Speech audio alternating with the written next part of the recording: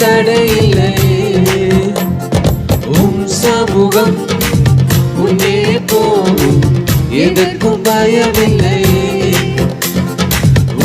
ஆவி வெல்லும் கொள்ளும், தடையில்லை. ரதங்கள் முறித்து வில்லை உடைத்து முன்னே நிற்பவன் யார்? செங்கடல் தெரிந்து சுவர் போல் நின்றது, உம்மை எதிர்ப்பவன் யார்? ரதங்கள் முறித்து வில்லை உடைத்து முன்னே நிற்பவன் யார்? செங்கடல் தெரிந்து சுவர் போல் நின்றது, உம்மை எதிர்ப்பவன் யார்? எல்லோரி யாவே எல்லோரி, எஷடாய் எல்லோரி யாவே எல்லோரி. குரல் கேட்டு பெருமூச்சை கண்டு உன் தோளில் ஏற்றினீ.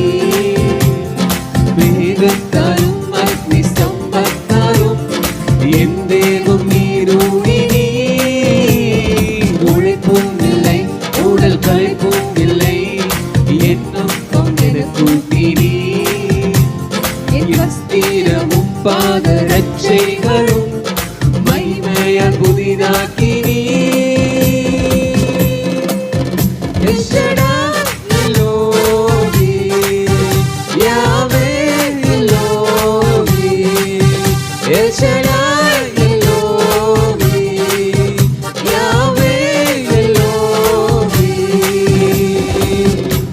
இயேசு கிறிஸ்துவின் நாமத்தினாலே உங்கள் யாவரையும் வரவேற்கிறோம், வாழ்த்துகிறோம். கர்த்தர் தாமே உங்களை ஆசீர்வதிப்பாராக. நாளில் நாம் பார்க்கிறோம், மனுஷன் பார்த்திங்கன்னா மனுஷனும் பிரச்சனைகளும். மனுஷன் மன ஏகப்பட்ட பிரச்சனை சந்திச்சுருக்கிறான். சில பேர் சொல்கிறாங்க, வாழ்க்கையில் எனக்கு நிறைய பிரச்சனைகள் இருக்குதுங்க, பிரச்சனை இல்லாமல் இவ்வளோ பிரச்சனைகள் எப்படி சமாளிப்பேன்னு எனக்கு தெரியல அப்படின்னு சொல்கிறாங்க. பிரச்சனையை இன்றைக்கி நிறைய இன்னும் சில பேர் சொல்கிறாங்க, நான் எனக்கு வாழ்க்கையில் பிரச்சனை இருக்கிறது நல்லது தான், ஆனால் எனக்கு வாழ்க்கையே பிரச்சனையாக இருக்குதுங்க, பிரச்சனை நிறைந்த ஒரு வாழ்க்கையாக இருக்குது அப்படின்னு சொல்கிறத பார்க்குறோம். என்னென்னா பிரச்சனை, இன்றைக்கி ஒரு பிரச்சனை வருது, அந்த பிரச்சனையை இங்கே தீர்க்கணும். பிரச்சனை ஏன் இவ்வளோ பிரச்சனையாச்சு? பிரச்சனையை தீர்க்காம விட்டுட்டீங்க. அன்சால்வ்டு ப்ராப்ளம்ஸ் சால்வ் பண்ணலை. பிரச்சனையை சால்வ் பண்ணாலும் நிறைய பிரச்சனை ஜாஸ்தியாகிட்டே போகுது. ஒரு பையனுக்கு கையில் கொஞ்சம் அரிக்குது இருந்துதான், அவன் அப்படி சொரிஞ்சிக்கிட்டே இருந்திருக்கான். அவங்க எல்லாம் சொல்லியிருக்காங்க, டேய் ஏன்டா கையை போட்டு இப்படி சொரிஞ்சிக்கிற, இது ரொம்ப பெரிய பிரச்சனையாச்சுரா அப்படின்னு. நான் சொன்னால் அதெல்லாம் ஒன்றும் இல்லை, சொரிக்கிறது சந்தோஷமாக இருக்குன்னு சொல்லிட்டு அந்த கையை சொரிஞ்சிக்கிட்டே இருந்தானா. அது கொஞ்சம் புண்ணாயிருது, மறுபடியும் சொரிஞ்சிட்டு இருந்துருக்கான். சொல்லியிருக்கா, அப்போ டாக்டர்கிட்ட போய் இன்ஜெக்ஷன் பண்ணி டாக்டர் அட்வைஸ் பண்ணார், மருந்து எடுத்துக்குமான்னு. இல்லை, அதை பற்றி எனக்கு ஒன்றும் பிரச்சனை. கடைசியில் பார்த்தீங்கன்னா கை சொரிஞ்சு புண்ணாகி சீழ் வச்சு கையை எடுக்கிற நிலைமைக்கு போயிடுச்சு. அப்போ பிரச்சனையை சால்வ் பண்ண கற்றுக்கணும். பிரச்சனை ஆரம்பத்தில் கொஞ்சம் பிரச்சனையை நீங்கள் போராட்டினீங்கன்னா, பிரச்சனை நீங்கள் சால்வ் பண்ணிங்கன்னா, பிரச்சனையை நீங்கள் முறியடிச்சிங்கன்னா அந்த பிரச்சனை மேற்கொண்டு வளராது. அது உங்களுக்கு ஒரு பெரிய விடுதலையாக இருக்கும். இன்னும் சில பிரச்சனைகள் வரும், அதை நீங்கள் தீர்த்துட்டே போகலாம். ஒருத்தருக்கு சில பேர் பார்த்திங்கன்னா செக் பண்ணுறாங்க, சுகர் இருக்குதுன்னொன்னே, ஆஹா நான் அதை பற்றி கவலைப்பட மாட்டேன், சுகரை பற்றி எனக்கு ஒன்றும் பிரச்சனை கிடையாது, நான் இஷ்டத்துக்கு இருப்பேன், இன்னும் ரொம்ப ஓவர் விசுவாசமாக போய் கர்த்தர் பார்த்துக்குவாரியா, கர்த்தர் சுகரை கொடுத்தாரு, அவர் பார்த்துக்க போகிறார், நான் அதெல்லாம் பற்றி ஒன்றும் செய்ய மாட்டேன் அப்படின்னு சொல்லிட்டு விட்டுறது. இப்படியே போயிட்டு கடைசியில் அவங்க இஷ்டத்துக்கு எதையும் செஞ்சு எதையோ இஷ்டத்துக்கு அந்த பிரச்சனையை எப்படி சமாளிக்கணும்னு தெரியாமல், அதை ஃபேஸ் பண்ண தெரியாமல், கடைசியில் பார்த்திங்கன்னா 500-550 எங்கேயோ மயக்கம் போட்டு விடும்போது செக் பண்ணி பார்த்தோம் 550 இருக்குது சுகர். நிறைய ஆட்கள் அப்படி சந்திக்கிறேன். நிறைய ஆட்கள் கிறிஸ்தவர்கள் கேட்டால் விசுவாசம் சொல்கிற ஆட்கள் அப்படி சொல்லிட்டு நான் விசுவாசத்தில் வச்சுட்டேன், எனக்கு ஆண்டவர் சுகம் கொடுப்பார். நல்லது தான், நீ வச்சுருக்க விசுவாசம் வேலை செய்தால் இருந்தால் செக் பண்ண வேணாமா?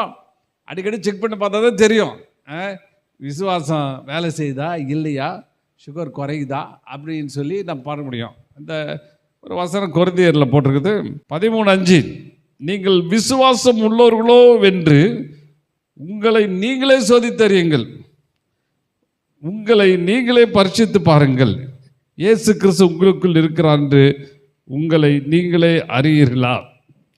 விசுவாசம் உள்ளவர்களாவோ என்று உங்களை நீங்களே சோதிச்சு பாருங்க.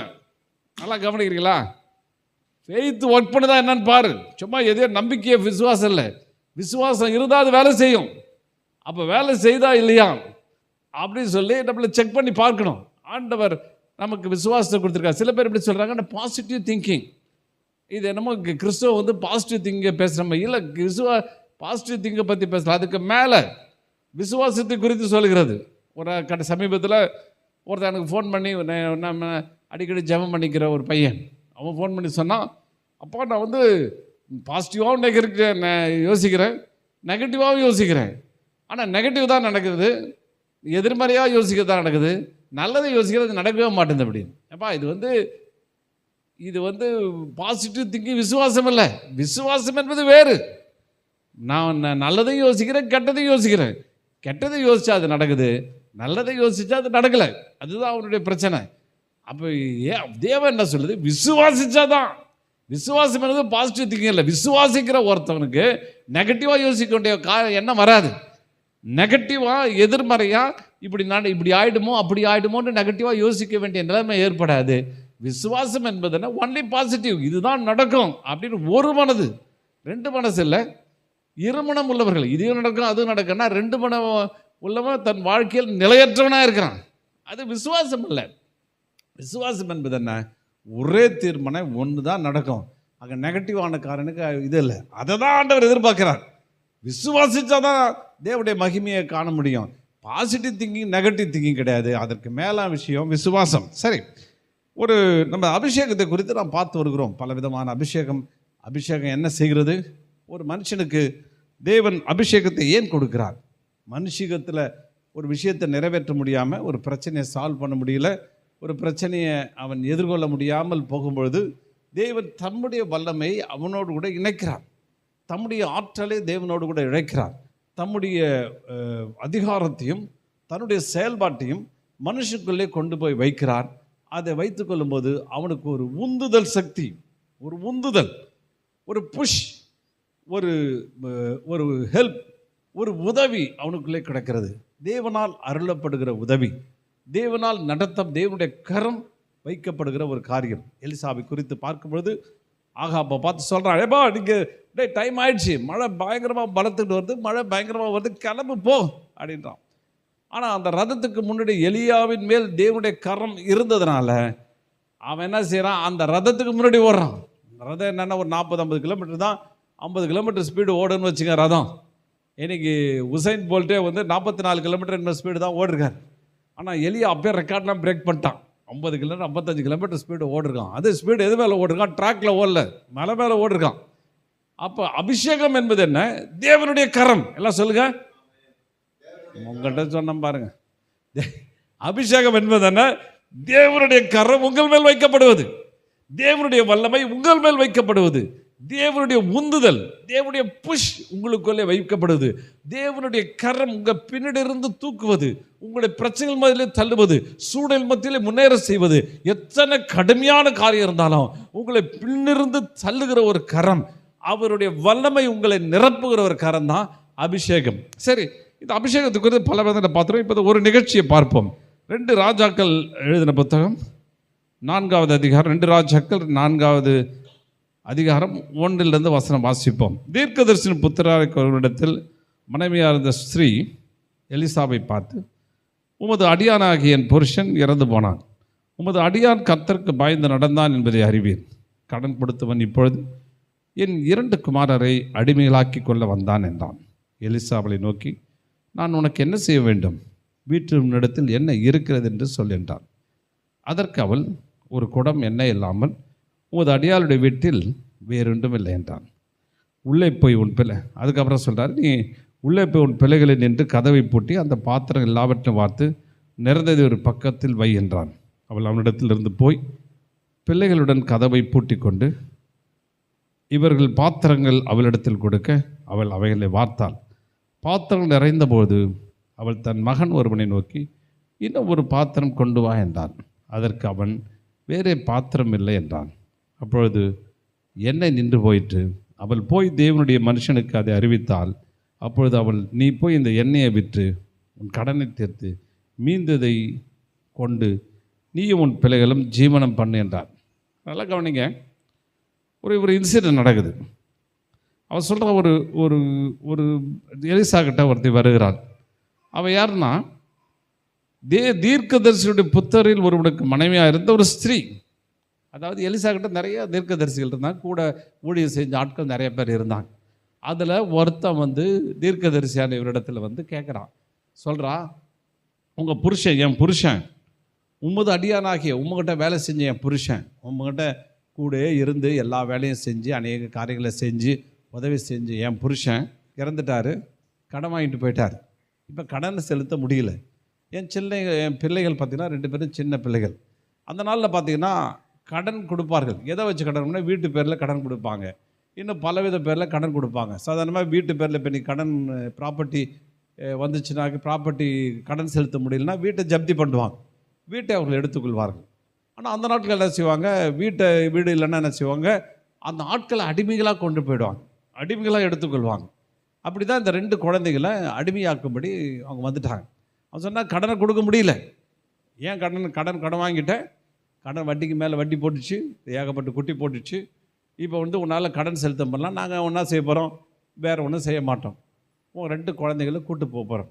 பாருங்கள் எவ்வளோ பயங்கரமாக இருக்கும், எவ்வளோ ஒரு கடினமான சூழ்நிலை. புருஷன் இல்லை, மனைவி மாத்திரம்தான் இருக்கிறா, அதுவும் 2 சின்ன பிள்ளைங்க. அவளுக்கு இருக்க ஒரே ஆதரவு 2 பிள்ளைங்க தான்.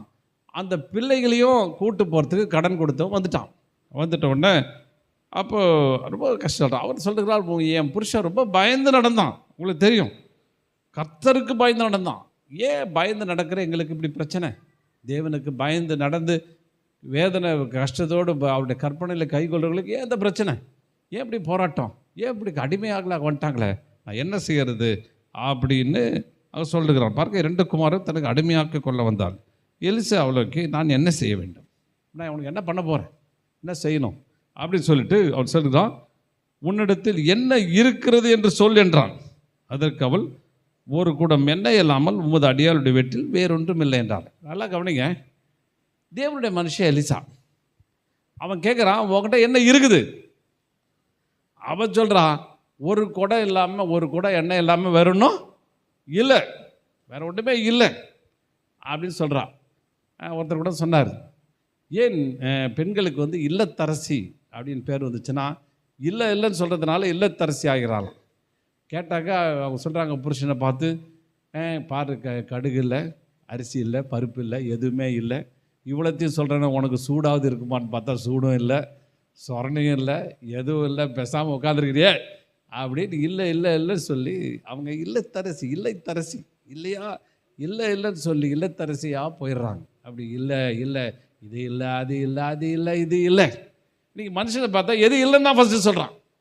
எது இல்லை, ஏங்க அது இல்லைங்க, இது இல்லை, ஏப்பா ஏதோ இருக்கப்பா, ஏதோ ஒன்று இருக்க, அதை பற்றி சொல்லு அப்படின்னு சொல்கிறது இல்லை.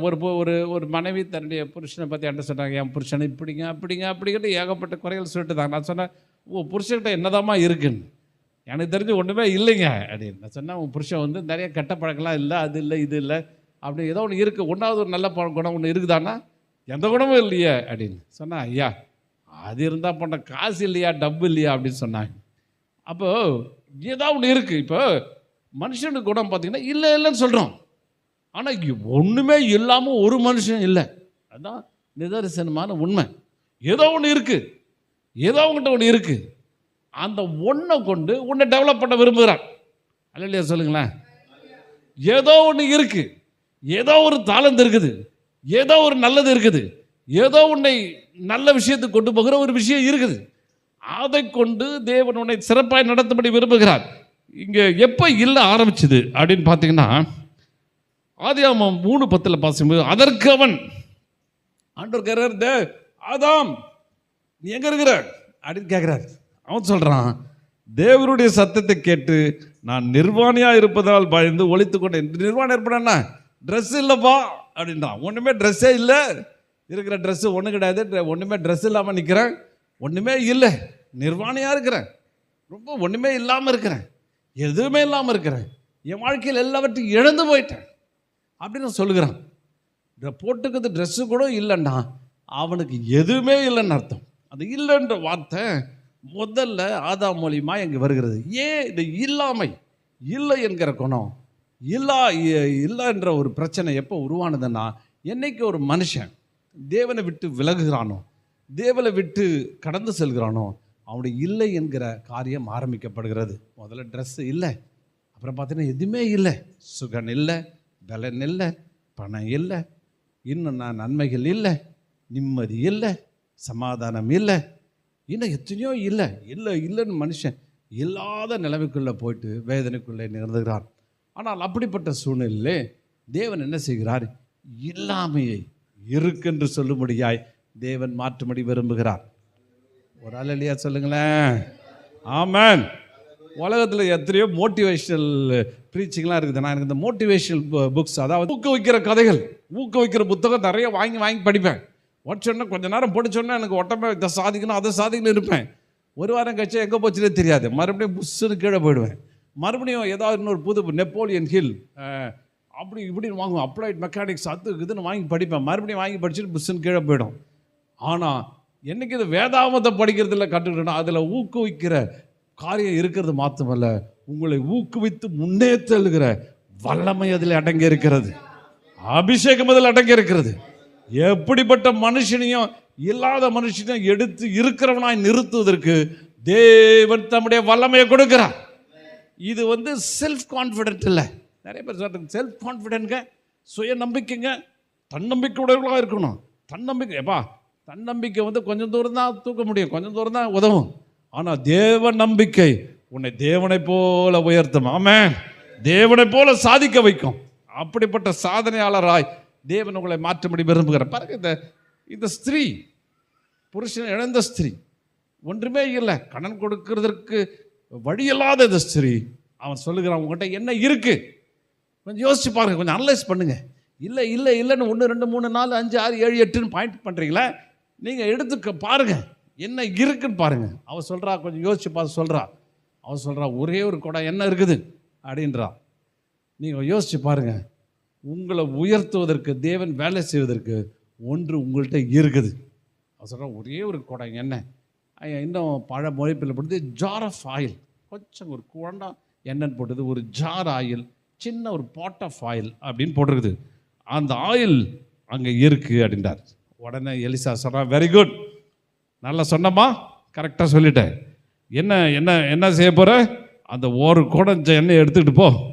நீ போயிட்டு முதல்ல என்ன செய்ய, வீட்டை பூட்டிட்டு உன் 2 பிள்ளைங்க, ஹலோ கவனிக்கிறீங்களா, 2 பிள்ளைகளை கூட்டுங்க.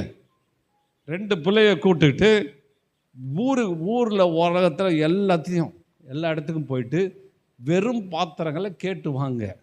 வெறும் பாத்திரத்தை கேட்டு வாங்கிட்டு எல்லாத்தையும் நிரப்பிடு, கதவை பூட்டிட்டு நீங்கள் என்ன செய்யுங்க, நீ உனக்கு கொடுக்கப்பட்ட எண்ணெயை அப்படி இன்னொரு ஜாரில் மாற்றுங்க அப்படின்னு சொல்கிறார். ஒரு விஷயமா அதில் நிறைய அர்த்தங்கள் அடங்கியிருக்குது. இதை படிக்கும்போது எனக்கு ரொம்ப ஆச்சரியமாக இருந்தது. இந்த அபிஷேகம் பெருகணுன்னா இது முழுக்கமாக கடன் பிரச்சனை, இந்த பொருளாதார பிரச்சனையை டீல் பண்ணி ஆகணும். நிறைய பேர் சொல்லலாம் எனக்கு பொருளாதாரம் தேவையில்லைங்க, உலகத்தானே சொல்லிட்டான், பொருளாருக்கு இவ்வுலகம் இல்லை, அருளாருக்கு அவ்வுலகம் இல்லைன்ட்டான். பொருள் இருக்கணும், இருந்ததுன்னா நல்ல விஷயத்துக்கு நல்ல காரியத்துக்கு பயன்படுத்துவது மிக அவசியம். பொருள் ஒரு பவர்ஃபுல் டூல், ஒரு நல்ல ஒரு ஆயுதம். ஒருத்தன் இப்போ ஒரு கதவை செய்கிறான்னு வச்சுங்க, அந்த கதவில் பல தரப்பட்ட பொருட்களை கொண்டாந்து செய்வான். ஒரு பக்கம் இழைப்பான், ஒரு பக்கம் குத்துவான், ஒரு பக்கம் ஸ்க்ரூ டிரைவர் போடுவான், ஒரு பக்கம் இழப்படி இவ்வளோ சவம் வச்சுருப்பான். அது ஒன்றுத்துக்கு யூஸு. அதை மாதிரி வேதம் சொல்லுது, பணம் எல்லாவற்றுக்கும் உதவும். நீங்கள் ஊழியம் செய்கிறீங்களா அது உதவும், நீங்கள் வேலை செய்கிறீங்களா அது உதவும், உங்கள் குடும்பத்துக்கு அது உதவும், உங்கள் தனிப்பட்ட வாழ்க்கைக்கு அது உதவும். அவ்வளோதான், டூல் தான், அது கடவுள் அல்ல, அது நமக்கு உதவி செய்கிற ஒரு பொருள். அந்த பொருளை நம்ம உபயோகப்படுத்துறதுல ஆண்டவர் அதிகம் தேவை. இப்போ அவர்களுக்கு பொருளாதார பிரச்சனை, எக்கனாமிக் ப்ராப்ளம், அந்த பொருளாதார பிரச்சனையை சந்திச்சே ஆகணும். அதை மாற்றி ஆகணும், சூழ்நிலையை மாற்றி ஆகணும். ஆண்டவர் எலிசா அவங்களுக்குன்னு ஒரு சிஸ்டத்தை கொடுத்தாரு. நீ மாற்றணுமா, முதல்ல டீம் ஒர்க் தேவை. அல்லேலூயா. என்ன ஒர்க்கு தேவை? டீம் ஒர்க், கூட்டு முயற்சி. சொல்லுங்க பார்க்கலாம். ஏன் பொருளாதார பிரச்சனை ஒருத்தர் தாக்கக்கூடாது. உன்னால் தான், என்னால் தான், அவனால் தான், இவனால் தான், அவர் எங்கள் அப்பாவால் தான், இவர்னால் தான், அவர் தான் சொல்லிட்டு அதெல்லாம் தவிர்த்துருங்க. ஏன்னா நீங்கள் கூட்டு முயற்சி ரொம்ப முக்கியம். டீம் ஒர்க், டீம் ஒர்க் செயல்படும் போது அபிஷேகம் பெருகும். என்ன வேணும்? கூட்டு முயற்சி. சொல்லுங்க பார்க்கலாம். கூட்டு முயற்சி. எங்கங்க நாங்கள் பார்ட்னர் தருது? யாரும் பார்ட்னர் தேவையில்லைங்க. உங்கள் பொண்டாட்டி தாங்க பார்ட்னரு, உங்கள் பிள்ளைங்க தாங்க பார்ட்னரு. இவங்க 3 பேரும் சேர்ந்தீங்கன்னா ஈஸியாக பிரச்சனை உடைச்சிடலாம். என்ன சூப்பர் ஐடியா கொடுக்குறான் பாருங்க. டே எப்பா, நீ எங்கேயும் போகாத, பார்ட்னர்ஷிப் நான் தேடாத, நீ உன் மனைவி பிள்ளைங்க, இந்த பிள்ளைங்க 3 பேர் சேர்ந்து நீங்கள் ஜெபிக்க ஆரம்பிச்சிங்கன்னா சூழ்நிலையை மாற்றலான்றான். முதல் ஸ்டெப் என்ன சொல்கிறான்? போய் பாத்திரங்களை கேட்டு வாங்கு. எங்கெங்கெல்லாம் பாத்திரம் பார்த்தீங்கன்னா வெறும் பாத்திரங்களை கேட்டு வாங்குன்னு போடுறது. நான் அந்த பல மொழிபெயர்ப்பில் படிக்கிறேன், ரொம்ப ஆச்சரியமாக இருந்தது.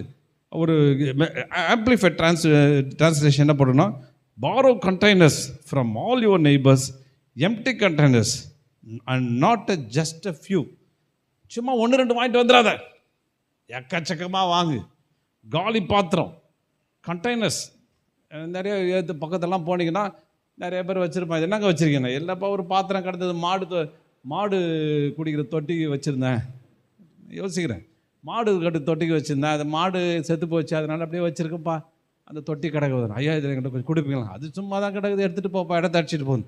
அவன் தூக்கிட்டு வரான், 2 பிள்ளைங்களை தூக்கிட்டு போகிறாங்க. இன்னொரு வீட்டுக்கு போகிறாங்க. என்ன இருக்குன்னு? இது உடஞ்சி போச்சுப்பா, அந்த கார்னர் உடஞ்சிச்சு, தூங்க முடியல, அந்த பாத்திரத்தை எங்கேயோ சும்மா போட்டு வச்சுருவோம், எங்க எங்களுக்கு கொடுக்குறீங்களான்னு. எடுத்துகிட்டு போப்பா, அது எங்கேயாங்க சும்மா கிடக்குது, நீ எடுத்துகிட்டு போ. இப்படின்னு ஒவ்வொரு இடத்துலையும் வெறும் பாத்திரம், அன்யூஸ்டு வெசல் போட்டுருது. உபயோகமில்லாத பாத்திரம், ஒன்றுத்துக்கு யூஸ் இல்லாத பாத்திரம், ஜனங்களால் புறக்கணிக்கப்பட்ட பாத்திரம், ஜனங்களால் தள்ளப்பட்ட பாத்திரம், இது தேவைக்கு அதிகமான வீசப்பட்ட பாத்திரம். இங்கிலாந்து தேசத்துலாம் யூரோப்பியன் கண்ட்ரீஸில் உண்டான். 2-3 வச்சுருந்தாங்க, ஒன்று தூக்கி வெளியில் தூக்கி போட்டுருவாங்களாம். தூக்கி போட்டு யாராவது எடுத்துகிட்டு போட்டோம் அப்படின்னு விட்டுவாங்களாம். அந்த மாதிரி ஒவ்வொரு வீடாக இப்போ திருட்டு வர சொல்ல, போய் தூக்கிட்டு வந்துரு, யாரும் தெரியாத டைமில் எடுத்துகிட்டு வந்துன்னு சொல்ல, அவங்கள்ட்ட கேட்டு இதை கொடுங்க, இது எனக்கு தேவை, இதை வாங்க அப்படின்னு சொல்லிட்டு எம்டி கண்டெய்னர்ஸ், யூஸ் இல்லாத பாத்திரம், வெறுமையான பாத்திரம், மற்றவங்களால தள்ளப்பட்ட பாத்திரம் கேட்டு வாங்கணும். அதுவும் சொல்கிறாரு, கொஞ்சமாக வாங்காதப்பா, நிறைய வாங்கு. ஆமென். சில பேர் பார்த்தீங்கன்னா போதுங்க, போதும் போதுன்றது வந்து ஆவிக்குரிய வார்த்தை கிடையாது. உனக்கு வேணா போதும், மற்றவங்களுக்கு அது தேவை, ராஜ்யத்திற்கு அது தேவை. தேவனுடைய ராஜ்யம் கட்டுவதற்கு எவ்வளோ கொடுத்தாலும் இங்கே பத்த மாட்டேங்குது, அவ்வளோ கோடிகள் தேவை. உனக்கு வச்சுக்கோ போதுன்னு தேவனுடைய ராஜ்யத்துக்கு கொடுத்துரு. அல்லேலூயா. அப்போ என்ன சொல்கிறாரு? அந்த பாத்திரத்தை எடுத்து கலெக்ட் பண்ணு, கொஞ்சமாக கலெக்ட் பண்ணாது. இன்னும் சில மொழிபெயர்ப்பில் பண்ணோம், go up and down the streets and borrow the jugs and bowls from all your neighbors and not just a few, all you can get. எவ்வளவு பாத்திரம் கலெக்ட் பண்ண முடியுமோ, எவ்வளவு எம்டி வெசல் கட்ட முடியுமோ, தெருவில் மேலேயும் கீழையும் இறங்கி, நம்ம ஊர் மாதிரி ஃப்ளாட்டாக இருக்காதங்க, இறங்கி ஏறி நீ போயிட்டு எடுத்துகிட்டு வரணும். தேவையில்லாத ஒதுக்கப்பட்ட மற்றவங்களால் யூஸ் இல்லாத எக்ஸ்ட்ரா வச்சிருக்கிற வேணாம் தூக்கி எறிஞ்சா அவ்வளோ பாத்திரத்தில் அவங்கள்ட்ட கேட்டு என்ன செஞ்சுட்டு வாங்கிட்டு வந்துரு. அவங்க அதை வந்துட்டு அவங்கள எல்லாத்தையும் அந்த ரூம்குள்ளே சேர்த்துட்டு கதவை போட்டு. ஆமென். ஒவ்வொரு கமா ஃபுல் ஸ்டாப் ரொம்ப முக்கியம். அது வந்து புதிய ஏற்பாட்டு வெளிச்சத்தில் பார்க்கும்பொழுது ரொம்ப அற்புதமான ஒரு அதிசயமான கருத்துக்களை அங்கே பார்க்க முடியும். அவங்கள விட நமக்கு தான் அது ரொம்ப புரியுது. அப்போ கதவை பூட்டு, மத்தேயு 6:4 சொல்லப்படுகிறது, உன் அரைக்கதவை பூட்டி. ஹல்லேலூயா. அரைக்கதவை பூட்டிட்டு அந்தரங்கத்தில் இருக்கிற பார்க்கிற பிதாதாமே வெளியரங்கமாய் பலனளிக்கும்படி அதை அப்படியே பூட்டுறதுன்னா ஜெபிக்க வேண்டிய ஒரு மிகப்பெரிய கட்டாயத்தில் இருக்கிறோம். கிறிஸ்துவில் எங்கே ஜெபம் இருக்குது? சும்மா சண்டை தான் இருக்குது. ஒன்றா உட்காந்து சாப்பிடுதுலாம், இவன் மூஞ்ச அவன் பார்க்கறதில்ல, அவன் மூஞ்ச இவன் பார்க்கறதில்ல, சண்டை தான். அவர் ஒரு 8 மணிக்கு சாப்பிட்டா அது 9 மணிக்கு சாப்பிட்றது, 10 மணிக்கு சாப்பிட்றது, அப்புறம் போய் படுத்துக்கிறது. ஒரு கூட்டு ஜபமே கிடையாது. புருஷன் முன்னாடிக்குள்ள ஜபம் இருக்குதா? இல்லை. அது 5 நிமிஷம், ஆண்டவரே ஆசீர்வதியும், என்னை பாதுகாத்துக்கணும், ஆமென். காலையில் இருந்தால் 4 வெற்றியாக மாற்றி தரோம். காலண்டரில் ஒரு வசனத்தை படிச்சுட்டு அங்கே எடுத்துகிட்டு போகிறது. காலையில் வசனத்தை படித்து எதையோ அவனை பாடிச்சுட்டு எடுத்துகிட்டு போயிடுறது. அவள் தான் முடிஞ்சு போச்சு. இல்லை, ஒரு அனலைஸ், ஒரு தீர்க்கமான முடிவு. நாம் வாழ்ந்தாக வேண்டும், கடன் பிரச்சனையை கொடுத்தாக வேண்டும், கடனை தீர்த்தாக வேண்டும். இல்லைன்னா கடன்காரன் வருவான், பிள்ளைகளை பிடிச்சிட்டு போயிடுவான். அப்போ உங்கள் அப்பா தீர்க்கதரிசியாக இருந்து ஊழியக்காரனுடைய இருந்தது என்ன சொல்லுவாங்க ஜனங்க, இவன் ஆண்டவரை நம்மனா பயந்து நடந்தான், அவனுக்கு கடந்த கதியை பார் அப்படின்னு சொல்லிட்டு தூற்றுவார்கள், கேவலப்படுத்துவார்கள், அசிங்கப்படுத்துவார்கள். அப்போ அப்படிப்பட்ட அசிங்கம் தேவனுடைய நாமம் தூஷிக்கப்படும். நம்முடைய பொருளாதார ஆசீர்வாதம் தேவனை மகிமைப்படுத்துவதற்காய் நீங்கள் அதை முன்னேற்றத்துக்கு செய்வது ஒரு நாளும் தப்பு இல்லை, அதை தேவன் விரும்புகிறார். அப்போ அவன் பூட்டிடுறான். பூட்டிட்டு அந்த பூட்டுதல்னா ஜெபம், ஒரு மனம். இந்த பார்ட்னர்ஷிப் இதில் பார்த்தீங்கன்னா ஒன் மைண்டட்னஸ் இருக்கணும், ஒருத்தரும் ஒரு மனசில் இருக்கணும். அந்த 3 பேரும் பார்த்தீங்கன்னா வேலை செய்கிறார்கள். நான் நினைக்கிறேன், ஒருத்தர் டேய் இந்த ஸ்ட்ரீட்டுக்கு நீ போடா, அந்த ஸ்ட்ரீட்டுக்கு நீ போடா, எடுத்துகிட்டு வாடா பாத்திரம், இங்கே எடுத்துருவோம் அங்கே எடுத்துருவோம், இல்லை ரொம்ப பெருசாக இருந்தா டேய் இங்கே வாடா நான் தூக்க முடியல. அப்படியே 2 பிள்ளைகளும் தூக்கிட்டு வந்து, சின்ன பிள்ளைகளாக இருந்திருப்பாங்க, அவங்க தூக்கிட்டு வந்து உள்ளே நிறுத்திட்ட உடனே இப்போ என்ன செய்கிறது, கண்டெய்னர் வருஷம் அடுக்கி வச்சாச்சு. ஒருத்தன் அப்படியே நீட்டாக லைன் அடுக்கி வச்சுட்டான், ஒருத்தன் பாத்திரத்தை கொண்டாந்து பிடிக்கிறான். அந்த அம்மா ஒரு ஜாரில் எண்ணெயை எடுத்து கொடான் போட்டு ஏதோ ஒன்றுன்னு வச்சுங்களேன், ஒரு பாத்திரம் ஃபுல்லாக எண்ணெய் இருக்குது, எண்ணெயை அப்படியே ஊற்றுறோன்னே நிரம்புது. அவன் சொல்கிறான் நிரம்புது. 3 பேருடைய 2 பேர் பாத்திரம் பிடிக்கிறான், ஒருத்தன் நவுத்தி வைக்கிறான், ஒரு அம்மா ஊற்றுறாங்க. அந்த அபிஷேகம் ஊற்ற நிரம்பிச்சு அப்படின்னு அந்த பக்கம் எடுத்து வச்சு ஜாரில் பார்த்தா எண்ணெய் அப்படியே இருக்குது. இந்த அபிஷேகத்தினுடைய வல்லமை எப்படி தெரியுமாங்க, ஊற்ற பெருகிட்டே இருக்கும். என்கிட்ட ஒரு ஊழியக்காரர் ஃபோன் பண்ணி சொன்னார், ஐயா அபிஷேகத்துக்காக நான் ஜெபம் பண்ணிட்டு இருக்கிறேன், போனால் ஜனங்க விடுதலை ஆகணும், ஜனங்க சுகப்படணும், நொண்டி எழுதுக்கணும், செவிடு கேட்கணும், ஊமை பேசணும், அப்பேற்பட்ட வல்லமைக்காக நான் ஜெபம் பண்ணிட்டு இருக்கிறேன். எனக்கு கிடைச்சத உடனே நான் இறங்கி ஊழியத்துக்கு இறங்க போகிறேன். இவர் 20 வருஷமாக தான் சொல்லிட்டு இருக்கிறார். ஊழியத்துக்கு இறங்கின பாடே இல்லை, செஞ்ச பாடம் இல்லை, பெரிய அற்புதம் நடக்கும். அது எப்படியோ நடக்கும். உனக்கு கொடுக்கப்பட்ட கொஞ்சம் என்ன அபிஷேக வல்லமை எடுத்து ஏதோ பாத்திரத்தில் ஊற்று. ஒரு காலியான பாத்திரம் இருக்குது, அந்த பாத்திரத்தில் கொஞ்சமாக ஊற்று, அப்படியே கான்சன்ட்ரேட் பண்ணி ஊற்று, அப்படியே முழு கவனமாக அங்கே இருக்கணும். அப்படியே ஊற்ற ஒரு ஆளை நிரப்பு. அல்லேலூயா. அப்போ நிரம்பிடுச்சு. அவனுக்குள்ள நிறைய வந்துச்சு, அவன் வியாதி போச்சு, அவனுடைய சூழ்நிலை போச்சு. நிறைய பேர் ரொம்ப நேரம் ஜெபம் பண்ணியிருக்கிறான், பல மணி நேரம்லாம் எனக்கு ஜபிக்க ஓடிக்கிட்டே இருக்கும். இரவானா ப்ரேயர் பலருக்கு பல விதத்தில் அவங்களுக்கு நிறையவே பெற்றுக்கிட்டு இருக்கிறாங்க. ஒன்றா ஒரு காலி பாத்திரம் ஒவ்வொன்றா நிரப்ப அது நிரம்பணும்னா அப்படியே அடுத்து நிரப்புறது. தேவன் நமக்கு கொடுக்கப்பட்ட வல்லமை, நமக்கு கொடுக்கப்பட்ட அதிகாரத்தை கொண்டு மற்றவர்களை நிரப்புகிறோம். ஆமென். மற்றவர்களை நிரப்புகிறோம். இங்கே 2 பேர் 3 பேர் இருக்கிறாங்க. நான் என்ன சொல்கிறேன், பிதா குமாரன் பரிசுத்த ஆவியானவர் நீங்களோடு இணைக்கப்பட்டு ஒவ்வொருவராய் நிரப்புகிறீர்கள். இன்றைக்கி இது கூட பார்த்தீங்கன்னா நாங்கள் ஆலயம் எதுக்கு வச்சுருக்கிறோம், ஆலயத்தில் வெறும் பாத்திரம் இருக்குது. ஐயா ஒன்றுமே இல்லையா, கஷ்டத்தில் இருக்குயா, கவலையில் இருக்குங்க. நம்ம சர்ச்சுக்கு வரவங்களாம் எல்லாம் ஊட்டி எஸ்டேட்டாக வச்சுருக்குறாங்க. ஊட்டி எஸ்டேட்டில் அங்கே ஊட்டியில் 5 ஏக்கரு, நீலகிரியில் 10 ஏக்கர் இல்லை, எல்லாம் காலியான பாத்திரம், எல்லாம் வெறுமையான பாத்திரம். ஆனால் இந்த பாத்திரத்தை நிரப்பக்கூடிய வல்லமையை தேவன் எங்களுக்கு கொடுத்துருக்கிறார். இந்த பாத்திரத்தை நிரப்பி ஆகின்ற ஒரு தீர்மானத்தோடு நாங்கள் இருக்கிறோம். அந்த காலி பாத்திரம் ஒன்றுக்கு உதவாத பாத்திரம், இது யூஸ் இல்லை பாத்திரம், இது வேணான்ற பாத்திரம், அந்த பாத்திரம் தான் ஆலயம் எதிர்பார்த்துட்டு இருக்குது. ஆமென்.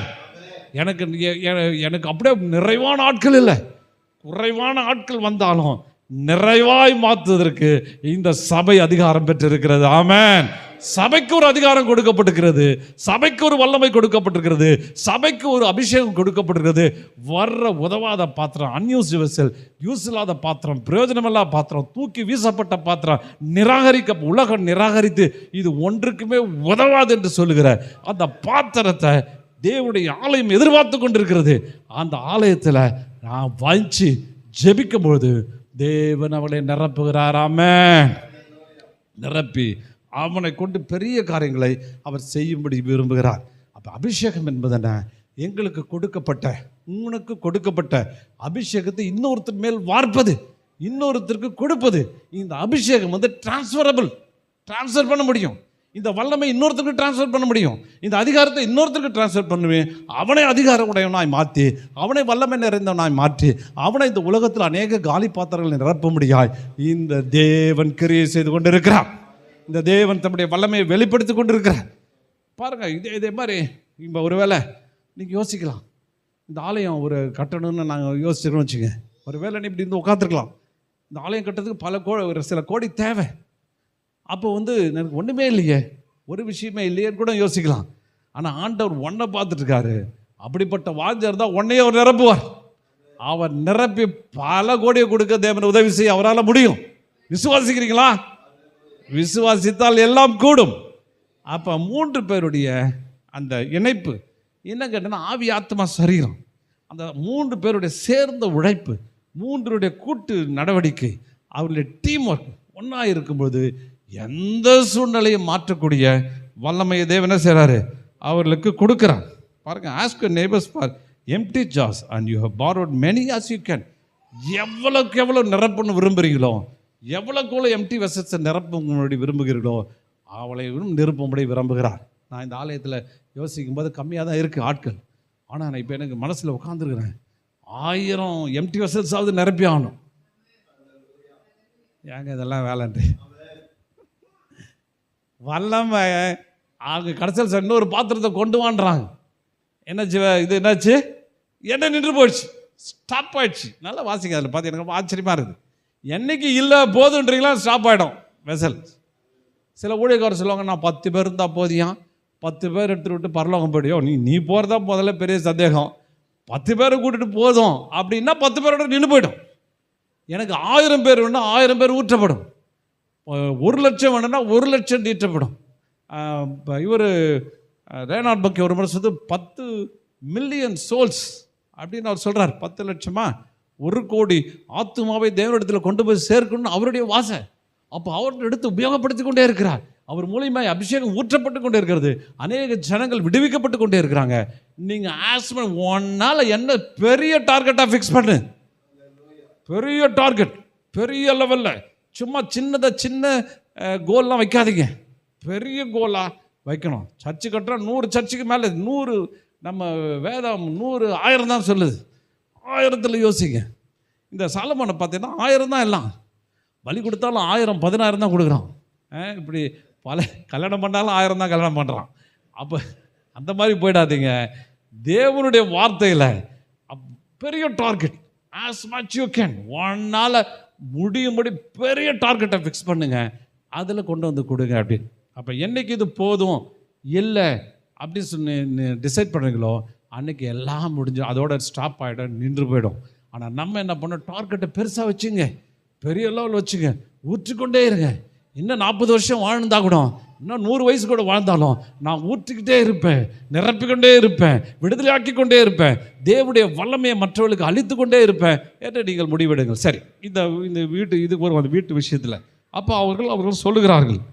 அப்போ அவர்கள் அந்த இதை ஊற்றி அவர்களுக்கு அநேக காரியங்களை அங்கே சொல்லுகிறார்கள். இந்த கூட்டு முயற்சி, அப்போ குடும்பமாக சேர்ந்து அவர்கள் ஒரு முயற்சி எடுக்கிறார்கள். அந்த முயற்சியில் அவர்கள் நிரப்பி நிரப்பி நிரப்பி ஒவ்வொன்றாய் அவர்கள் நிரப்புகிறார்கள். அப்போ எது இருக்குது நல்லா கவனிங்க. நீங்கள் இல்லைன்னு ஒரு பெரிய லிஸ்ட்டு போடுறீங்க. எலிசா தேவனுக்கு முன்னடையாளவன்.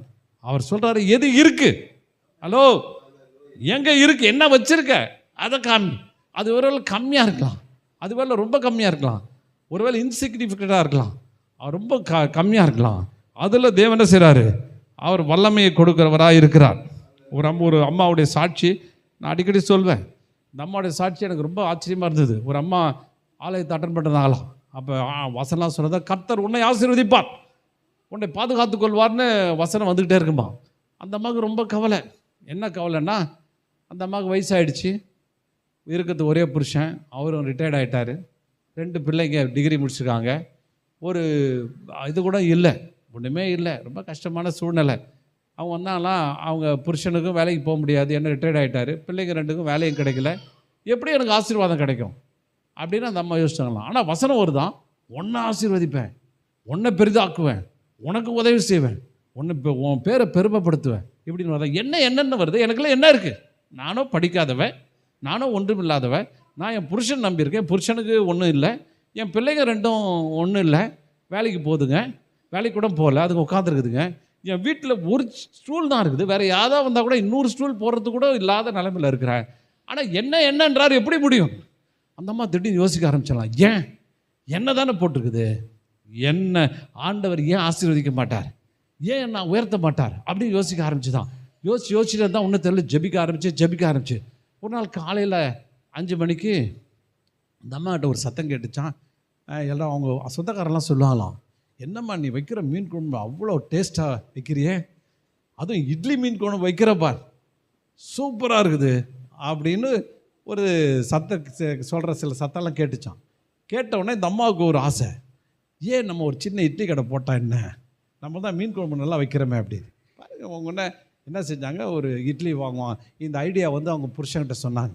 ஏன்பா, நான் ஒரு இட்லி கடை போட போகிறேன், நீ என்ன சொல்கிற, சின்னதாக நம்ம ஆரம்பிப்போம். நான் சொன்னால் சரி, ஒரே சிரிப்பு, பசங்க கேலி கிண்டல், வயசான காலத்தில் உனக்கு ஏன் இப்படிப்பட்ட பிரச்சனை வருது, பெரிய பெரிய ஹோட்டல்காரனே இழுத்து மூட்டு போகிறான், அவன் ஒன்றும் இல்லாமல் போகிறான், நீ இப்படி செய்கிறன்னு சொல்லிட்டு பசங்க ஒரே கிண்டல்.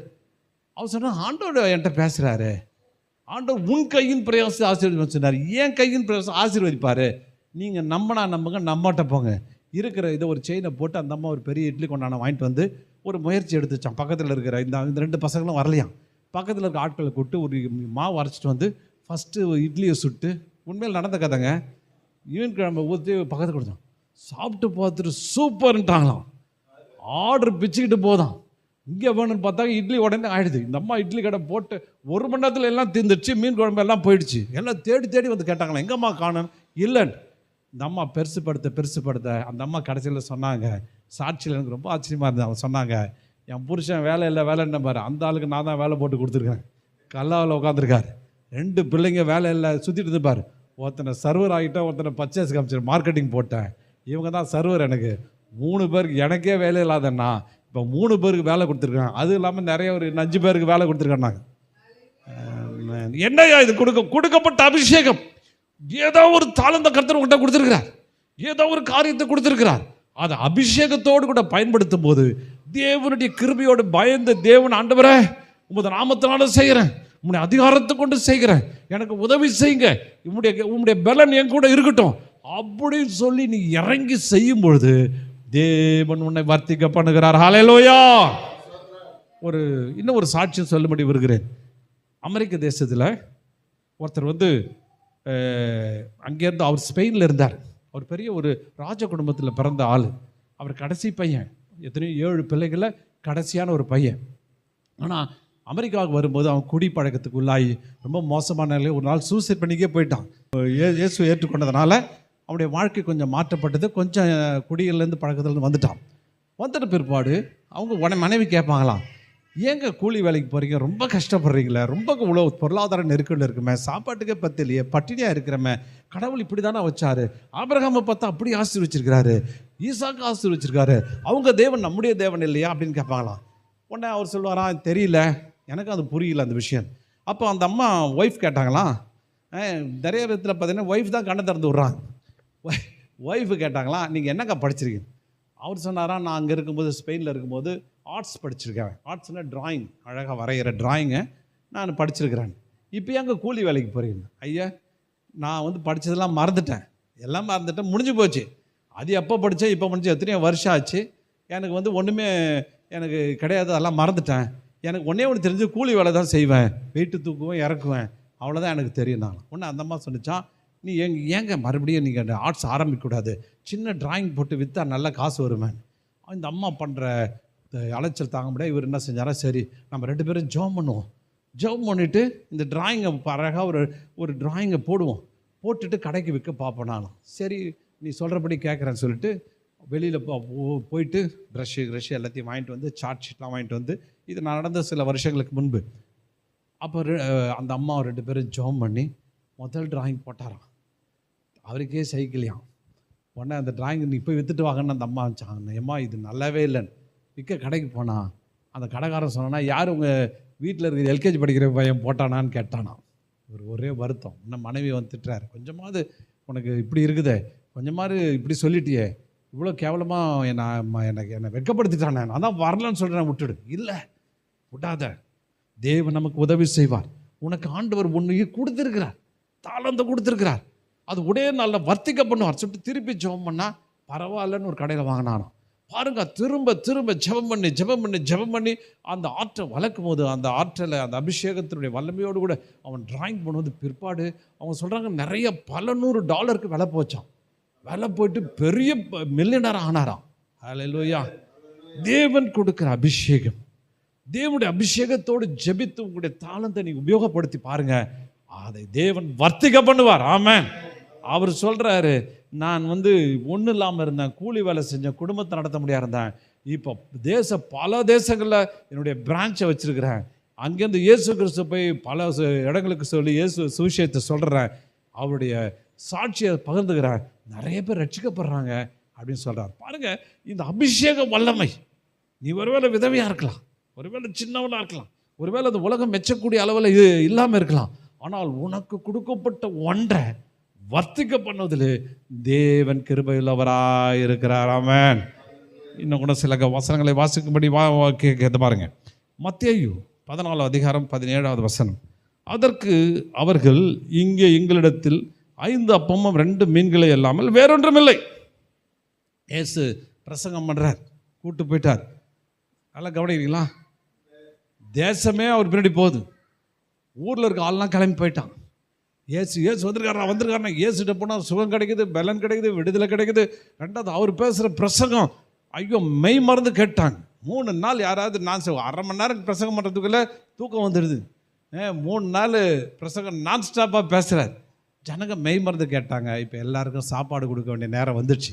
வந்த உடனே சீஷர்கள் சொல்கிறாங்க, அவருக்கு சீஷர்களுக்கு கஷ்டம் அவங்களுக்கு புரியுது. இவ்வளோ பேரை கூட்டுது விரும்பான்னு பேசிகிட்டே இருக்கார, சோத்துக்கு என்ன பண்ணுவாங்க, ஏசு கவனிக்கவே இல்லையே அப்படின்னு சொல்லிட்டு அவங்க என்ன செய்கிறாங்க, அவங்க கேட்குறாங்க. அவங்க சொல்கிறாங்க, ஆண்டவரே எங்களிடத்தில் இன்னும் இந்த சில வசனம் சாயங்காலம் 14:15 ஒரு 14வது அதிகாரம் 15-17 சாயங்காலம் போது அவருடைய சீஷர்கள் அவரிடத்தில் இது வனாந்தரமான இடம், நேரமும் ஆயிற்று, ஜனங்கள் போய் கிராமங்களுக்கு போய் போதன பதார்த்தங்களை கொள்ளும்படி அவர்களை அனுப்பிவிட வேண்டும் என்றார்.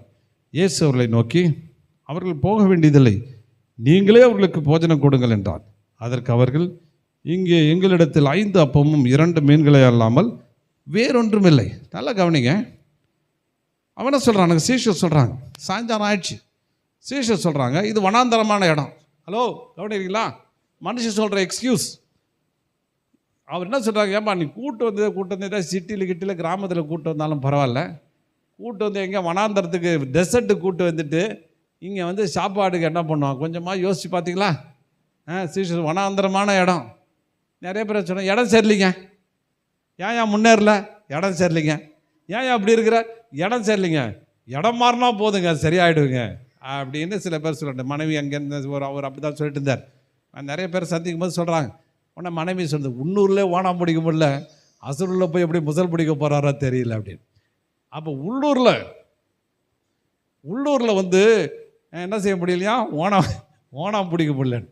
அப்போ வனாந்தரமான இடம் சரியில்லைங்க, ஊர் சரியில்லைங்க, எங்கள் கிராமம் சரியில்லைங்க, இது இடம் சரியில்லைங்க, இப்படின்னு இடத்து மேலே பழிய போடாத. தேவன் எல்லா இடத்திலும் கிரியை செய்ய வல்லவராக இருக்கிறார். ஆமென். மனுஷன் சொல்கிற எக்ஸ்கியூஸ், நொண்டி சாக்கு, காரணம் இடம் சரியில்லை, வெளிநாடு போனால் தான் சம்பாதிப்பான்னு. இல்லையா, இங்கே சம்பாதிப்பேன். உங்கள்கிட்ட சொன்ன பாருங்க. ஆமென். ஹலோ, வெளிநாடு போனால் தான் சம்பாதிப்பேன்னு கிடையாது, இங்கே ஒன்றால் சம்பாதிக்க முடியும். ஆமென். அல்ல சொல்லுப்பா.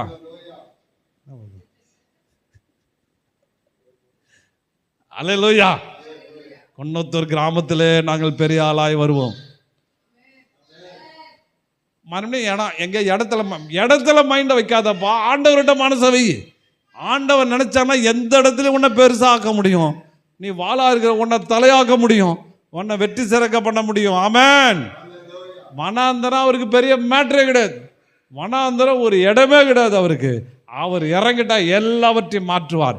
இடம் சரியில்லைன்னு சொல்லாத. அதுக்கப்புறம் நேரமும் ஆயிற்று. இன்னொன்று என்ன சொல்கிறாங்க, நோட்டீஸாக டைம் சரியில்லை. ஜோசியக்கார்ட்டன் கேட்டேன், அவன் சொன்னான் 3 மாதம் உனக்கு நேரம் சரியில்லைன்னு சொல்லிட்டான். 3 வருஷம் வேலையே செய்ய, அப்போ இதில் என்ன பண்ண போகிற? சாப்பிட்டு தூங்க போறியா? என்ன பண்ண போகிற? அப்போ வந்து சரியில்லைன்னு சொல்லிட்டான். டைம் சரியில்லைங்க. இது ஒரு புது பிரச்சனை. யாரை கேட்டாலும் நேரம் சரியில்லைங்க. நேரம் சரியில்லைன்னு சொல்லி இருக்கிற நேரத்தை கெட்ட நேரங்க. நல்லா இருக்கிற நேரம் இப்படின்னு 10 வாட்டி சொன்னால் அது கெட்ட நேரமாக மாறிடும், அது மோசமான நேரமாக மாறிடும். ஆண்டவர் எல்லா விதத்தில் எல்லா நேரத்தில் வேலை செய்ய வல்லவராக இருக்கிறார். ஏங்க பிரச்சனை? அமாவாசைங்க. நான் அமாவாசைன்னாக்கா உனக்கு என்ன? அமாவாசை இருட்டாக இருக்குதுன்னா உனக்கு இருட்டாயிட்டு அர்த்தமா? அவர் இருளிலே வெளிச்சத்தை பிரகாசிக்க சொன்ன தேவன். முழு அமாவாசை அன்னைக்கு ஜொலிக்கிற பௌர்ணமியா இயேசுவும் கூட இருக்கிறார். அதில் வெளிச்சத்தை வீச தேவன் வல்லவராக இருக்கிறார். அவர் உன் கால்களுக்கு தீபத்தை வச்சிருக்காருப்பா. நீ இருட்டா இருந்தாலும் கரெக்டாக நடந்து போவ. உன் பாதத்தில் கல் இடரவே இடாது. அப்பேற்பட்ட வாக்கு தத்தங்கள் நமக்கு உரியதாக இருக்கிறது. ஜோசியக்காரன் சொல்லிட்டான், அவன் சொல்லிட்டான், இவன் சொல்லிட்டான், நாட்டு நடப்பு சரியில்லை, அந்த பிரச்சனை, எந்த பிரச்சனை, இந்த பிரச்சனை, இதெல்லாம் சொல்லாத. அவன் ஸ்டேஷனில் அதுதான் சொல்கிறாங்க. ஏச்சு சொல்கிறாரு, அவனு சொல்கிறான், எங்கே போய் உடனே பக்கத்து ஊரில் போஜனம் கிடைக்குது, அங்கே அமிச்சா என்ன செய்வாங்க? தூக்கம் வருதா? அங்கே பெரிய பெரிய ஹோட்டல் இருக்குது, ஹோட்டலில் போய் அவங்க சாப்பிட்டுக்குவாங்க, அனுப்பிவிடுங்க. என்ன ஒரே ஸ்கெட்சு போடுறது தான், சரக்குன்னு போட்டு இங்கே எல்லாம் இவ்வளோ எல்லாம் அது இல்லைன்னு. அப்போ ஏசு சொல்கிறாரு, நீங்களே கொடுங்கள் அப்படின்னு சொல்கிறாரு. அவன் சொல்கிறான், டக்குன்னு எடுத்தான். சீஷிகள் கம்ப்யூட்டர் கால்குலேட்டரில் போட்டான், டக்குன்னு போட்டுட்டு எவ்வளோ சொன்னோம்? 200 பணம். பாருங்கள், மார்க் 6:10 எல்லா வசனம் மாற்றி அவர்களை நோக்கி நீங்களே அவர்களுக்கு போஜனம் கொடுங்கள் என்றார். அதற்கு அவர், நாங்கள் போய் 200 பணத்துக்கு அப்பங்களை வாங்கி இவர்களுக்கு புசிக்க கொடுக்க கூடுமோ என்றார்கள். துட்டு கணக்கு. டக்குன்னு 200 பேர் 200 பிரியாணி என்ன வேணும்? பிரியாணி கடை கணக்கு போட்டு அரிசி வாங்கினா இவ்வளோ ஆகும். 200 பவுன், நான் அந்த 200 சில்வர் அப்படின்னு போட்டுக்கிட்டான். அப்படி கணக்கு பண்ணி பார்த்தா 2 லட்ச ரூபாய் நம்ம ஊர் மதிப்புக்கு, இந்தியன் மதிப்புக்கு. இவ்வளோ பேருக்கு சாப்பிட்டா 2 லட்ச ரூபாய் மினிமம் வேணும். நான் நினைக்கிறேன் 20,000 பேர் சாப்பிட்ருப்பாங்க, ஜாஸ்தி தேவைப்படும். கம்மியாக சொல்கிறாங்கன்னு நினைக்கிறேன். 10 லட்சம் 5 லட்சம் ஆகும். அவ்வளோ பணத்துக்கு நாங்கள் எங்கே போகிறது? இவர் பாருங்க, சிம்பிளாக ஆண்டவர் பார்த்து, எப்பா நீங்களே கொடுத்துருங்கப்பா அப்படின்ட்டார். இப்போ கேட்குறாரு, உங்கள்கிட்ட எவ்வளோ இருக்குது? நல்லா கவனிங்க, இங்கே தான் மேட்ரு இருக்குது. தேவத்துவம், தேவனுடைய மகிமை, தேவனுடைய வல்லமை ஒரு விசுவாசி கொண்டு அவர் எப்படி செயல்படுகிறார், எப்படி கிரியை செய்கிறார் வெளிப்படுத்துகிறார். அவர் கேட்குறாரு, உங்ககிட்ட என்ன இருக்குது அப்படின்னு கேட்குறாரு. அப்போ இருக்குன்னு போது அவங்க சொல்கிறாங்க, ஒரு பையன் இருக்கிறான், கண்டுபிடிச்சானுங்க பையனை. எல்லாம் ஏற்கனவே செக் பண்ணிட்டான் அவனுங்க. எல்லாம் 5000 பேரையும் சும்மா பையெல்லாம் தொழவி பார்த்தாச்சு. காசு வச்சுருக்காங்களா, இது வச்சுருக்காங்களா, சோறு வச்சுருக்காங்களா, என்னென்ன நம்ம விசேஷிகள் ரொம்ப அருமையான ஆட்கள். எல்லாம் தொடர்ந்து ஒரே ஒரு பையன், குட்டி பையன் ஒருத்தன் இருக்கிறான். அவன் கையில் 5 அப்பமும் 2 மீன் துண்டு இருக்குது. இதை வாங்கிட்டு இதை வச்சு அது சொல்கிறான், இதை கொடுத்து இது ஏமாத்திரம். எல்லோரும் அப்படி மூக்கில் மோந்தாவே போதும். 2 மீன் துண்டு 5 அப்பத்துண்டு எங்கே போதுனே தெரியாது. அது ஏமாத்திரம், இன்சிக்னிஃபிகண்ட். இது ஒன்றுமே யூஸ் ஆகாதியா? அந்த கணக்கு எங்கே? இந்த கணக்கு போட்டு பார்த்தா நம்ம ஆட்கள் வல்லமை உள்ளவர்கள். எல்லாத்தையும் கணக்கு பண்ணுறிய, தேவனுடைய வல்லமையை கணக்கு பண்ணுறியா? தேவனுடைய அபிஷேகத்தை குறித்து கொஞ்சமாவது யோசிக்கிறியா? அது எப்பேற்பட்டது, அது எப்படி வேலை செய்யும், எப்படி கிரியை செய்யும், அதனுடைய எப்படி பெருக்கம் பண்ணோம், எப்படி பெருசாக மாற்றும், பெரிய காரியங்களை செய்யும் அப்படின்னு ஒரு தடவாவது யோசிக்கிறியா? யோசிக்கவே இல்லை. இப்போ ஆண்டவர் சொல்ல, இல்லை இது ஏமாத்திரம். பணம் இல்லை, இடம் சரியில்லை, நேரம் சரியில்லை, அது இல்லாமல் கொஞ்சம் இருக்குது. அதை வச்சு எப்படி ஒப்பேற்றது? கொஞ்சோண்டு இருக்குது, கை அளவு தான், கொஞ்சோண்டு தான் இருக்குது. அதை வச்சு என்ன பண்ணுறது? அவர் சொல்கிறாரு, அது போதும், எடுத்துகிட்டு வாங்க. ஆமென். என்ன சொல்கிறார்? இயேசு உங்களை பார்த்து கேட்குறாரு, எனக்கு கடன் பிரச்சனை இருக்குது, பொருளாதார பிரச்சனை இருக்குது, பல சூழ்நிலை இருக்குது சொல்கிறீங்களா? என்கிட்ட உன்கிட்ட என்ன இருக்குது? உங்கள்கிட்ட என்ன இருக்குது? ஒன்றுமே இல்லைங்க. இல்லை, இப்படி தான் இல்லைன்னு சொல்லிட்டு இருக்கிறேன். ஒன்றே ஒன்று இருக்குது உங்ககிட்ட. ஒரு அறிவை கொடுத்துருக்குறேன், ஒரு திறமையை கொடுத்துருக்குறேன், ஒரு கிருபையை உன்கிட்ட கொடுத்துருக்குறேன். அந்த கிருபை என்கிட்ட வா, நான் பெருக்கி தருவேன், நான் உருவாக்கி தருவேன், அதை நான் மல்டிப்ளை பண்ணி தருவேன், அதிகரித்து தருவேன் அப்படின்னு சொல்கிறார். நான் சொல்லிட்டே போன டைம் ஆகிடும். அப்போ இயேசு என்ன சொல்கிறார்? அவர் என்னிடத்தில் கொண்டு வர, என்கிட்ட கொண்டு வாங்க அப்படின்றார். அப்போ கொண்டு வரும்போது அவர் அதை வாங்கி மேலே வானத்தை அண்ணாந்து பார்க்கிறார். வானத்தை பார்த்து ஸ்தோத்திரம் பண்ணுறார். அப்படின்னா பரலோகத்தினுடைய அந்த அபிஷேக வல்லமை, பரலோகத்தினுடைய அதிகாரத்தை நோக்கி அவர் பார்க்கிறார். பார்த்துட்டு எடுத்து கொடுக்குறார். எடுத்து கொடுத்தா கொடுத்துக்கிட்டே இருக்கு. வேண்டிய மட்டும் மீன்களை எடுத்து கொடுத்தார், எடுத்து கொடுத்துக்கிட்டே இருக்கிறார், எடுத்து இது பண்ணிட்டார். அப்போ நான் கேட்குறேன் கேள்வி, எப்போ அது பெருகுச்சு? தேவனுடைய கரத்தில் வரும்போது கூடையில் பெருகுச்சா? எப்படி பெருகுச்சு? இந்த கணக்கெல்லாம் போட்டுக்கிறாங்க, பெருகுச்சு அவ்வளோதான். அல்லேலூயா. அப்போ ஆண்டவர் என்ன செய்கிறாரு? அதை எடுத்து கொடுக்குறார், எடுத்து கொடுத்து அங்கே பெருக பண்ணுகிறார். இல்லைன்ற ஒரு இடத்துல, நேரம் சரியில்லைன்ற இடத்துல, இடம் சரியில்லைன்ற ஒரு இடத்துல, சாயங்கால வேலையில் தேவன் அந்த அற்புதத்தை நிகழ்த்தி காமிக்கிறார், அற்புதம் நிகழ்த்தி காமிக்கிறார். அதே போல் தான் உன் வாழ்க்கையில் அவர் சொல்கிற ஒரு கூட என்ன கொஞ்சோண்டு இருக்குதுங்க, தவளோண்டு இருக்குதுங்க, இது என்னத்துக்கு பத்துன்றீங்க. ஆனால் ஆண்டவர் சொல்கிறாரு, அதை நிரப்பிட்ட பிற்பாடு அவள் போய் சொல்லுகிறாள், எல்லாத்தையும் நிரப்பிட்ட நின்று போச்சுன்னு சொன்னார். இதை வச்சு உங்களை ஜீவனத்துக்கும் உங்கள் கடனை அடைச்சிட்டு உங்கள் ஜீவனத்துக்கு வாழ்நாள் முழுசுக்கும் இதை வச்சுங்கன்னு சொல்லி அனுப்புகிறார். நல்லா கவனிங்க, உனக்கு கொடுக்கப்பட்ட கொஞ்சம் அபிஷேகம், பரிசுத்த ஆவியானவரிலே கொடுக்கப்பட்ட அந்த அபிஷேகம் போதும், அந்த ஆற்றல் போதும் உன்னை நிரப்புவதற்கு, உன்னுடைய வாழ்க்கையை நிரப்புவதற்கு, எல்லாவற்றையும் நிரப்புவதற்கு, உன்னுடைய தேவைகளை நிரப்புவதற்கு, உன்னுடைய சூழ்நிலைகளை மீறி செயல்படுவதற்கு, உன்னுடைய எல்லா போராட்டங்களையும் முடிவுண்டாக்குவதற்கு. நீ சாவர பாரு, கடைசி நிமிடம் வரலையும் இந்த அபிஷேகம் போதுமானது. ஆமென். இந்த அபிஷேகத்தை இந்த சபைக்கு கொடுத்திருக்கிறார், இந்த அபிஷேகத்தை உனக்கு கொடுத்திருக்கிறார், இந்த அபிஷேகத்தை தம்முடைய நேசிக்கிற பிள்ளைகளுக்கு கொடுத்திருக்கிறார். ஆனால் பெருக்க தான் தெரியல, அது என்ன செய்யல, ஊட்ட தெரியல, டீம் ஒர்க் தெரியல, எல்லாம் குழப்பத்துக்குள்ளே போயிட்டு சிக்கி தவித்து உனக்கு கொடுக்கப்பட்ட அபிஷேகம் நிலைமை நிலுவையில் கொண்டு வந்து போட்டு வச்சுருக்கிறீங்க. குடும்பம் அபிஷேகம் பண்ண தெரியல, அபிஷேகத்தை பெருக்க தெரியல, தனக்கு கொடுக்கப்பட்ட அபிஷேகத்தை குடும்பத்துக்கு உபயோகப்படுத்த தெரியல.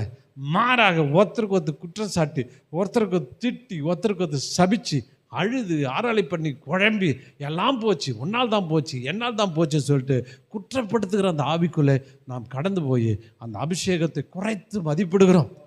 இவங்க செஞ்சது பாரு, அந்த டீம் ஒர்க், அதை செஞ்சு ஆண்டவரே எல்லாத்தையும் கொண்டு வாங்க, இவ்வளோ தேவைகள் இருக்குது, எனக்கு கொடுக்கப்பட்ட தாளந்து இவ்வளோ இருக்குது, இதை பெருகி இதை நான் பெருசாக ஆக்கணும், எனக்கு உதவி செய்யுங்க அப்படின்னு சொல்லிட்டு நீங்கள் செய்வீர்களானால் ஆண்டவர் பெருக்கத்தை கட்டளையிடுவார். ஹல்லேலூயா. என்கிட்ட ஒரு நண்பர்கள் என்கிட்ட கேட்பாங்க, அவன் சொல்லுவாங்க, அவன் சொல்கிறது, எங்களை விட உனக்கு அறிவு கம்மி, ரெண்டாவது நீ ரொம்ப லிஷராக இருக்கிற, பெருசாக உன்னை எதையும் அழட்டிக்க மாட்டேன், எங்களை மாதிரி உழைக்கிறதுலே நீ கம்மி. நாங்கள் காலையில் 5 மணிக்கு எழுந்து வேலைன்னு போகிறோம், அவனை பார்க்குறோம், இவனை போகிறோம், மார்க்கெட்டிங் பார்க்குறோம், அவளை பார்க்குறோம், நைட்டு 10 மணி வரை. சில நேரம் நீ இரவு முழுது, சண்டே கூட நாங்கள் லீவ் விடுறதில்ல, ஆனால் சண்டே ஆனால் லீவ் எடுத்துகிட்டு போயிடுறேன், மீட்டிங்னா லீவ் எடுத்துகிட்டு போயிடுறேன், இது நான் லீவ் எடுத்துகிட்டு போயிடுறேன், ரொம்ப லிஷராக இருக்கேன், ரொம்ப இதாக இருக்கேன், ஆனால் எங்களை காட்டில் மேலே போறியே எப்படி அப்படின்னு கேட்டாங்க. ஆமென். எங்களை பாட்டுக்கு மேலே போகிறது என்ன காரணம்?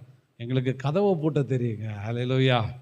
நல்ல வீட்டை பூட்டி ஜெபிக்க தெரியும், முழங்கால் படிட்டு பரலோக தேவனை பார்த்து, ஆண்டவரே இது எங்கள் திறமைல்ல, அறிவில்லை, நீங்கள் அதை ஆசீர்வச்சு கொடுங்க, இதை பழகி பெருக பண்ண கொடுங்க, எனக்கு வேண்டிய தடைகள்லாம் உடைச்சி கொடுங்க, நாங்கள் இந்த பிரச்சனைக்கு மத்தியில் நாங்கள் போகிறோம், ஆனால் நீங்கள் எங்கள் பாதுகாப்பு தேவை, அது எங்களுக்கு ஜெபிக்க தெரியணும். காலையே நிரப்பி அனுப்புகிறாரு, எங்களை தேடி பல காரியங்கள் வருது, நன்மைகள் வருது, சூழ்நிலைகள் வருது, அவைகளை தேவன் ஜெயிக்க எங்களுக்கு உதவி செய்கிறார். ஆமென். தேவனுக்குள்ள அந்த அறக்கதவை பூட்டி தேவனோடு கூட சம்பாரித்து உங்கள் திறமையும் அறிவியும் பெருக பண்ணுங்க, அதில் ஆண்டவர் நடத்துதலை கொண்டு வாருங்க. ஆண்டவருடைய எங்கெங்கெல்லாம் அந்த காலி பாத்திரங்கள் நிரப்புங்க. உன் பிள்ளையை கொண்டு வாங்க. படிப்பில் அறிவு இல்லையா, யூஸ் இல்லை, இந்த யூஸே ஸ்கூலில் விட்டு நிறுத்துறாங்களா, கொண்டு வந்து அபிஷேகத்தை அவன் மேலே ஊற்றுங்க. ஆண்டவரே படிப்பு அறிவுக்குரிய ஞானத்தையும் தலையில் ஊற்றுற ஆண்டவரை அபிஷேகத்தினால் நிரப்புங்க. அவன் பாருங்கள் நல்ல மதிப்பெண் எடுவான். ஒவ்வொன்றுத்தையும் உங்கள் வீட்டில் இருக்க ஒவ்வொன்றுத்து மேலே தலையில் கையை வச்சு அபிஷேகத்தினால் நிரப்புங்க. வீட்டில் இருக்க பாத்திரத்தை முதல்ல நிரப்பு, உன் வீட்டில் இருக்கிற நிரப்பு, அப்புறம் பக்கத்து வீட்டெலாம் கேட்டு வாங்கி அதையும் நிரப்பு. எவ்வளவுக்கு எவ்வளோ நிரப்ப முடியுமா நிரப்புங்க. போதுன்னு சொல்லாவது நிரப்பிக்கொண்டே இருங்க. தேவன் உங்கள் மூலியமாய் மகிமைப்படுவார், உங்கள் மூலமாய் வெற்றி சிறக்க பண்ணுவார். நமக்கு கொடுக்கப்பட்ட அபிஷேகம் அவ்வளவு விலையேற பெற்றது. ஆமென். கொடுக்க கொடுக்க பெருகிட்டே இருக்கும், நிரப்ப நிரம்பிக்கொண்டே இருக்கும், வார தண்ணி ஊற்றெடுத்து வந்து கொண்டே இருக்கும். அப்பேற்பட்ட அபிஷேகத்தையும் வல்லமையும் தேவன் நமக்கு கொடுத்திருக்கிறார். நாம் மறைக்கதவை பூட்டுவோம், ஒரு கூட்டு முயற்சியில் இறங்குவோம், ஒரு டீம் ஒர்க்கில் இறங்குவோம். ஒருத்தருக்கு ஒருத்தர் குறை சொல்லும் போது பெருசாக எடுத்துக்காதீங்க, சரி முயற்சி செய்யுங்க. ஓகே நான் இது சரியில்லையா, மனைவி சொன்னால் தப்பாக எடுத்துக்காது, கணவன் சொன்னால் தப்பாக எடுத்துக்காது, அதை கரெக்ட் பண்ணுங்கள், சரி பண்ணுங்கள், உங்களை பண்ணுங்கள். தேவனுடைய அபிஷேகம் பெருகும், நீங்கள் வெற்றி சிறப்பீர்கள், நீங்கள் பெரிய அளவில் நீங்கள் சாதிப்பீர்கள். அநேக பாத்திரங்கள் இன்றைக்கி வெறுமையாக கிடக்குது இந்த உலகத்தில், நிரப்ப முடியாதபடி தள்ளப்பட்டிருக்கிறது. அப்படிப்பட்ட பாத்திரங்களை நிரப்பி தேவனால் இது கூடும், தேவனால் மாத்திரம் கூடும் என்று இந்த உலகத்தில் நிரூபித்து தேவனுடைய நாமத்தை பறைசாற்ற தேவன் உங்களுக்கு உதவி செய்வாராக. ஆமென்.